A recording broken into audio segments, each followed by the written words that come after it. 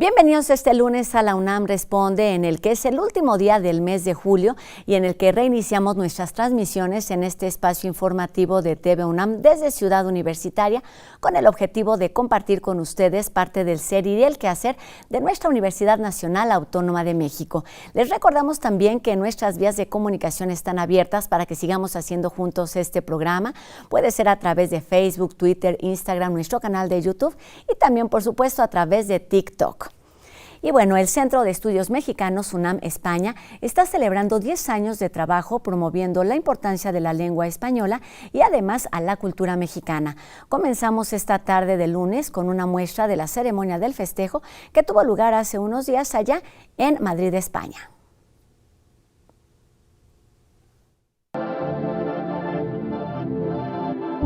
En el marco del 10º aniversario del Centro de Estudios Mexicanos UNAM España, la Universidad Nacional Autónoma de México rindió homenaje a las históricas aportaciones del exilio español que se han hecho a esta universidad, considerada una de las más grandes e importantes de Iberoamérica. La UNAM es un punto de referencia en todas las ilusiones científicas, técnicas y culturales. Para nosotros es muy importante trabajar de la mano y compartir los proyectos y las respuestas. Fue en 1939 cuando llegaron a México los primeros refugiados españoles que, gracias a la política del presidente Lázaro Cárdenas, otorgó asilo a miles de españoles que huían de la guerra civil en busca de un mejor futuro. En aquel viaje llegaban los primeros 1.600 españoles que le darían una vuelta de timón a la producción del conocimiento en México y en general a la vida pública del país. La emblemática fecha se convirtió entonces en el inicio del arribo de científicos, intelectuales y artistas que impulsaron un sinnúmero de disciplinas y respaldaron la formación de muchas generaciones de investigadores y académicos en la UNAM y en otras instituciones educativas mexicanas. Enrique Graue, rector de la UNAM, depositó un extenso material en la Caja de Letras del Instituto Cervantes en Madrid. La Caja de las Letras guarda desde hoy, pues, ese otro fragmento intelectual y artístico de España y México. Ahí están depositadas las aspiraciones de nuestros transterrados y sus invaluables aportaciones a nuestra lengua y a la cultura universal. Ese transtierro, ese concepto que acuñó José Gauss, define muy bien la tierra que dejaron atrás para trasplantarse. Yo estoy de acuerdo con esto, un trasplante, una fecundación cruzada, diría el doctor Volpi, a otra tierra que los acogió y que disfrutó de su existencia y enseñanzas. La herencia cultural incluye obras como La Introducción a la Historia de la Filosofía de Ramón Xirau, Los Olvidados de Luis Buñuel, Torero de Carlos Velo y los documentales sobre la bienvenida a los niños españoles en Morelia, entre otros. Quiero terminar con un apunte sobre la contribución de las mujeres en la generación del 27. Hoy uno de los rescates más significativos, con las sin sombrero, escritoras e intelectuales silenciadas por una sociedad que no les reconocía mérito. Entre ellas estaban María Teresa León, Rosa Chacel, Concha Méndez, María Zambrano. El Centro de Estudios Mexicanos UNAM España forma parte del proyecto de internacionalización de la UNAM con sedes en las principales capitales de Europa y América.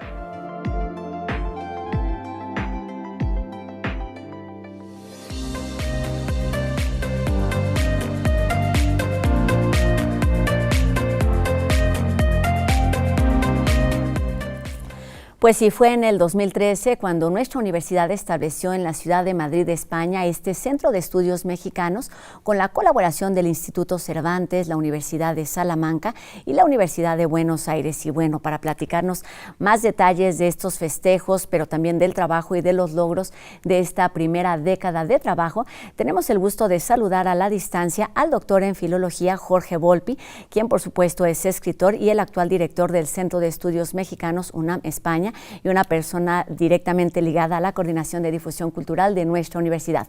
Doctor, ¿cómo está? Muy buenas tardes. Muy buenas tardes, encantado de saludarte. Un gusto, doctor. Pues ya lo escuchábamos y por supuesto lo sabemos, lo hemos escuchado en distintas ocasiones.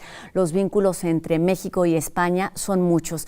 ¿Cómo se manifiestan, cómo están representados a través de este centro cultural, de este centro universitario en ese país, doctor? Pues muy bien, creo que esta celebración de estos 10 años muestra el trabajo muy importante de internacionalización que ha tenido siempre nuestra universidad y que ahora en la CRAI, bajo la guía del doctor Francisco Trigo, está consolidándose de maneras muy importantes. La sede de la UNAM en particular es un poco distinta que otras, nació sobre todo a partir de la necesidad de tener un sistema de evaluación del español, el CIELE, que se hizo con el Instituto Cervantes en España, con las universidades de Salamanca y de Buenos Aires. Y a partir de ahí se firmó un convenio con el propio Instituto Cervantes, donde está la sede de la UNAM aquí en Madrid. Y por lo tanto, la misión es tanto ver la parte académica, la parte de intercambio, como la parte vinculada con la lengua española y con la cultura mexicana. Así que a lo largo de estos 10 años ha sido esta tarea de la sede, ver por un lado la parte de intercambio de estudiantes, de profesores, la movilidad estudiantil. España es el segundo país en el mundo, después de Estados Unidos, con mayor movilidad de nuestros estudiantes y donde también hay una enorme cantidad de convenios con las distintas universidades españolas y centros de educación superior. Por otro lado, hay una enorme colaboración entre científicos de todas las disciplinas, mexicanos de la UNAM y españoles de distintas universidades aquí, de tal manera que hay una enorme riqueza ya en las publicaciones conjuntas de nuestros académicos. La sede además ha hecho una enorme cantidad de actividades académicas y culturales a lo largo de estos años y ahora pues precisamente estamos celebrándolo a lo largo de todo este año con una programación especial. Muy bien, doctor. ¿Cómo está conformado este centro? Tiene, como ya lo escuchamos, un estrecho vínculo, un estrecho interés con lo que sucede con el idioma español, pero ¿cómo funciona esto? ¿Cómo se genera esto? Es decir, ¿tienen una biblioteca? ¿Tienen un programa fijo de actividades, de cursos? ¿Cómo es la vida diaria de este centro universitario? Sí, en este caso nuestro centro es una pequeña oficina, como son la mayor parte de los centros de la UNAM fuera de nuestro país. Solo en Estados Unidos tenemos la Escuela de San Antonio, que es mucho más grande, pero si no, son pequeñas oficinas donde trabajamos 3 personas, con el vínculo inmediato, en nuestro caso, con el Instituto Cervantes y con el que desarrollamos con otras universidades españolas. Entonces, a partir de esta oficina se llevan a cabo distintos acuerdos, programas entre la universidad y universidades españolas y además organizamos con muchas otras instituciones de España, particularmente con la Casa de México en España, con el Instituto de México en España, con la Casa de América en Madrid y con otras tantas instituciones académicas y culturales, muchísimas de estas actividades. ¿Quién es su público meta, doctor? Por supuesto, estamos pensando en un centro que tiene como prioridad los universitarios, ya lo mencionaba usted, a quienes están de intercambio, pero ¿cómo se vinculan con pues los mexicanos que están del otro lado de la frontera? Hay distintas actividades en donde participan escritores y artistas mexicanos que radican en ese país.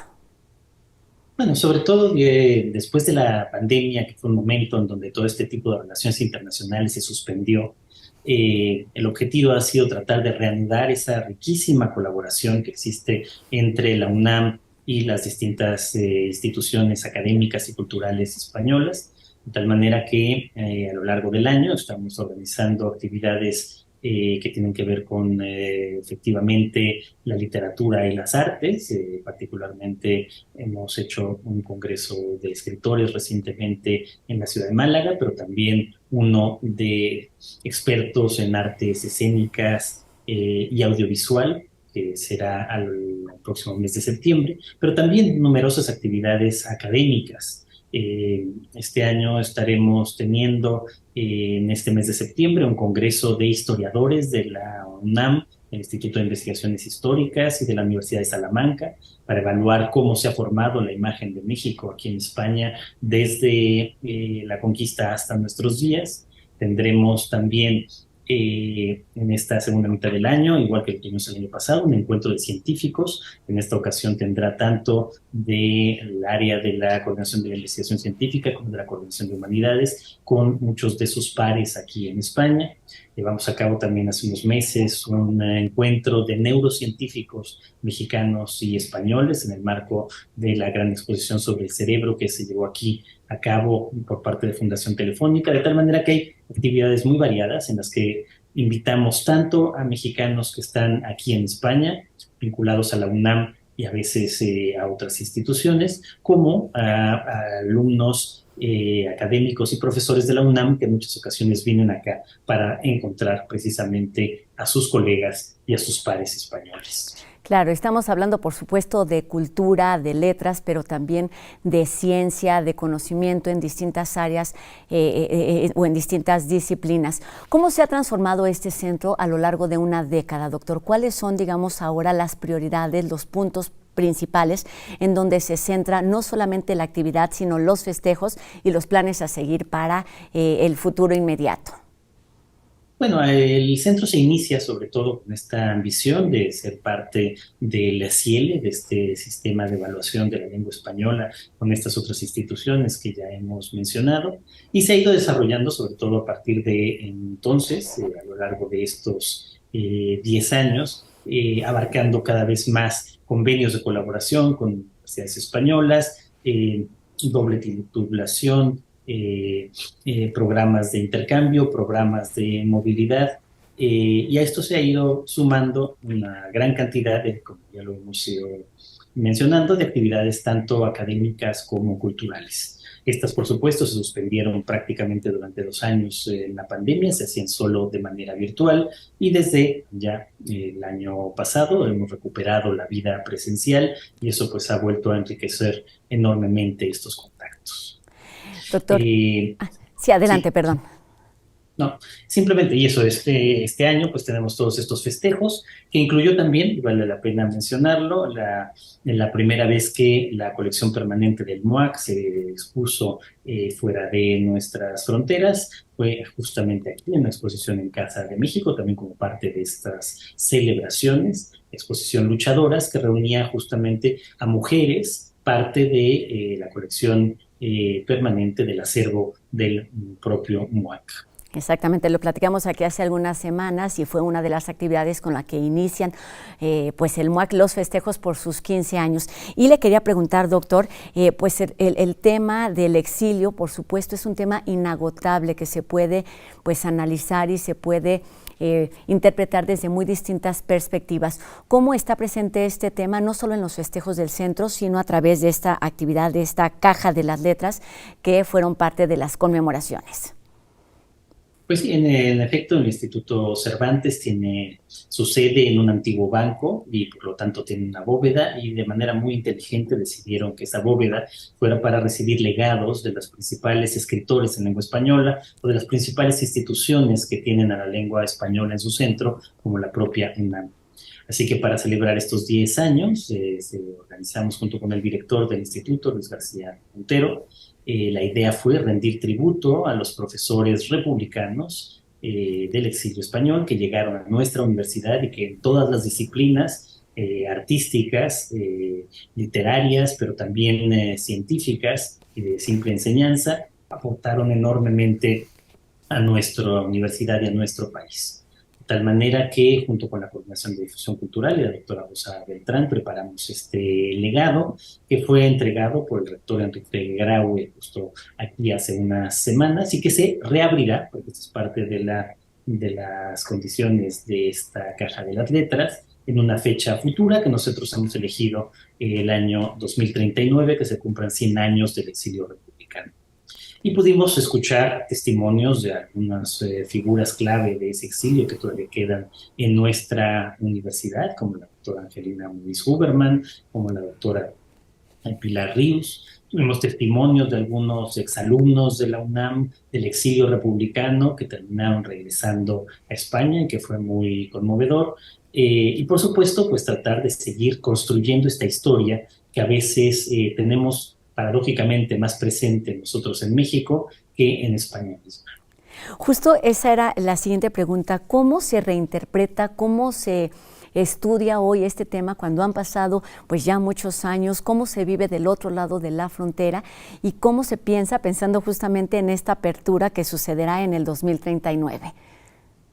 Bueno, pues sobre todo aquí, desde luego, hay muchísimos especialistas en el exilio, en todas las disciplinas, sobre todo en la parte académica, pero hay que decir que en la parte, digamos, más común o popular todavía se sigue manteniendo una suerte de olvido inevitable sobre tantas figuras clave del exilio que terminaron llegando a México y llegando a nuestra universidad. Entonces también siempre es oportuno recordar estas trayectorias que enriquecieron tanto a México y que deben ser también reconocidas en España. Entonces, parte de esta manera nueva de enfocarlo tiene que ver con pues volver a ver, volver a mirar, sacar muchas veces de ese olvido a figuras clave en muchísimas disciplinas, en muchísimas actividades que fueron tan importantes para los dos países. Y hay que decirlo, lo siguen siendo, aunque se estén, digamos, redescubriendo. Le preguntaba al inicio de la entrevista, doctor, acerca de los vínculos entre México y España, y por supuesto no podemos dejar de mencionar el español como lengua, como un ente que se va modificando, que se va transformando. El centro de la UNAM en España pues tiene un estrecho vínculo con instituciones como la RAE, como el Instituto Cervantes. ¿Cuáles son esos retos, esos principales temas de interés a los que se enfrentan actualmente con pues el interés y la intención de darle como una mayor apertura, que sea pues eso, parte de nosotros mismos sin que pierda la formalidad de un idioma tan importante como lo ha sido a través de la historia? Pues sí, es muy importante estos trabajos que llevamos a cabo de evaluación del español para extranjeros. El español como una lengua de conocimiento, una lengua de cultura. Hay muchos proyectos conjuntos con la Universidad Nacional Autónoma de México y distintas instituciones españolas muy preocupadas por cómo es el uso del español, por ejemplo, en la ciencia y en el lenguaje científico. Muy importante también cómo lo está haciendo para la inteligencia artificial.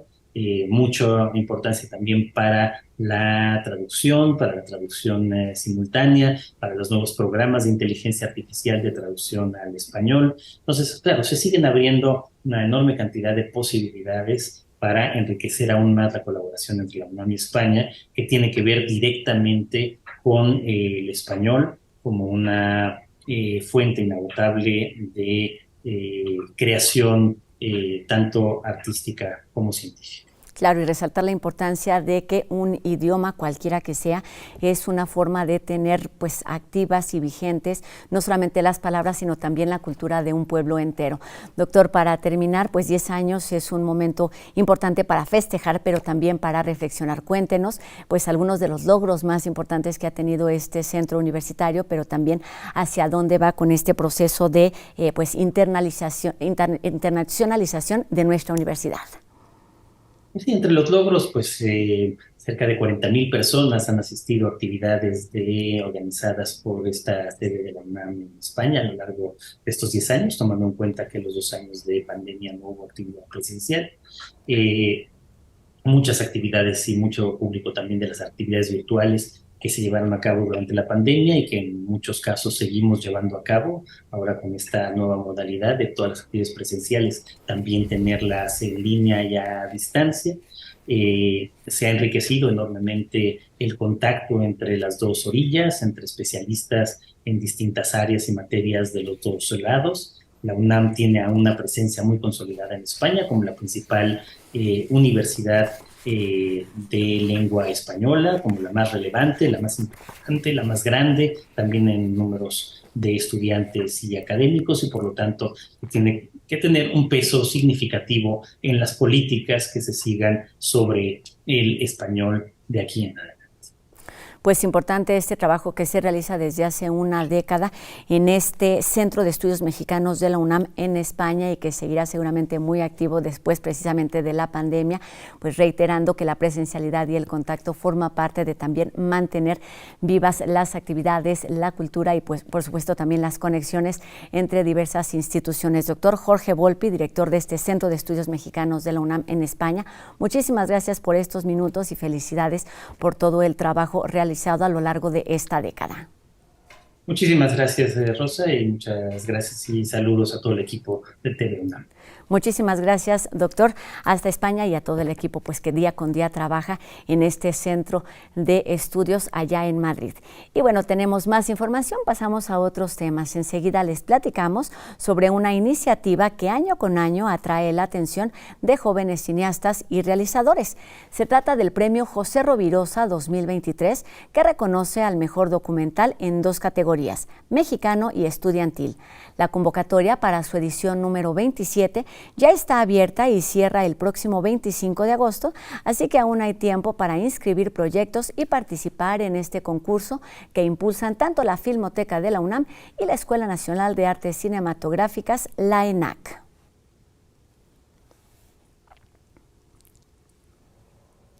Y enseguida saludamos con mucho gusto al doctor Carlos Rosales, quien en esta ocasión nos habla sobre los alimentos procesados y también sobre algunas de las causas de comer en exceso. Se trata de algunas particularidades que quizás reconozcamos como mexicanos.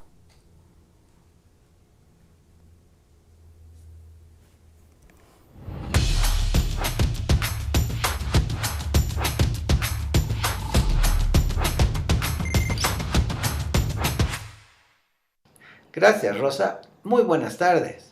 Hemos visto que la obesidad se genera por un aumento en la cantidad de alimentos que se consumen. Pero, ¿por qué comemos de más? Bueno, la cantidad de alimentos que tomamos en general es controlada por el apetito. Y el apetito tiene 2 componentes, lo que conocemos como hambre y lo que conocemos como antojos.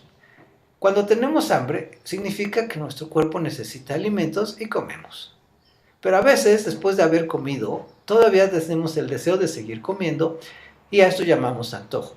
Y esto es porque nuestro cuerpo nos dice que algún nutriente en particular nos hace falta. Estudios recientes indican que las proteínas son un componente nutricional que está mucho más regulado que cualquier otro. Entonces, si nos hacen falta proteínas, nuestra respuesta es buscar más alimentos. En México, desde mediados de los años 80, se ha introducido una gran cantidad de alimentos procesados que resultan ser muy convenientes. Son de fácil acceso, relativamente baratos, tienden a ser muy sabrosos, pero desafortunadamente al mismo tiempo tienen un contenido energético elevado y una cantidad de proteínas muy baja. Entonces, cuando nuestro cuerpo nos pide más proteína, tendemos a comer más. Y si recurrimos a estos alimentos bajos en proteína, pues seguimos comiendo y comiendo buscando esa proteína que no encontramos y el resultado es una alimentación excesiva. Entonces, lo que se necesita es tener una alimentación más variada para completar nuestra nutrición y no comer en exceso. En la siguiente cápsula comentaremos algunas recomendaciones para balancear nuestra dieta. Muchas gracias. Hasta luego.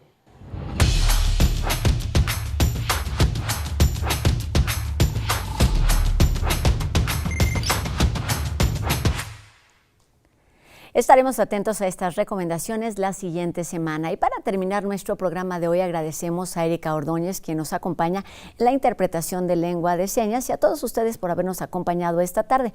Los invitamos a que nos encontremos de nueva cuenta 2:30 de la tarde mañana, por supuesto por la señal de TV UNAM. Gracias siempre a todo el equipo que hace posible esta transmisión. Mi nombre es Rosa Brizuela. Adiós.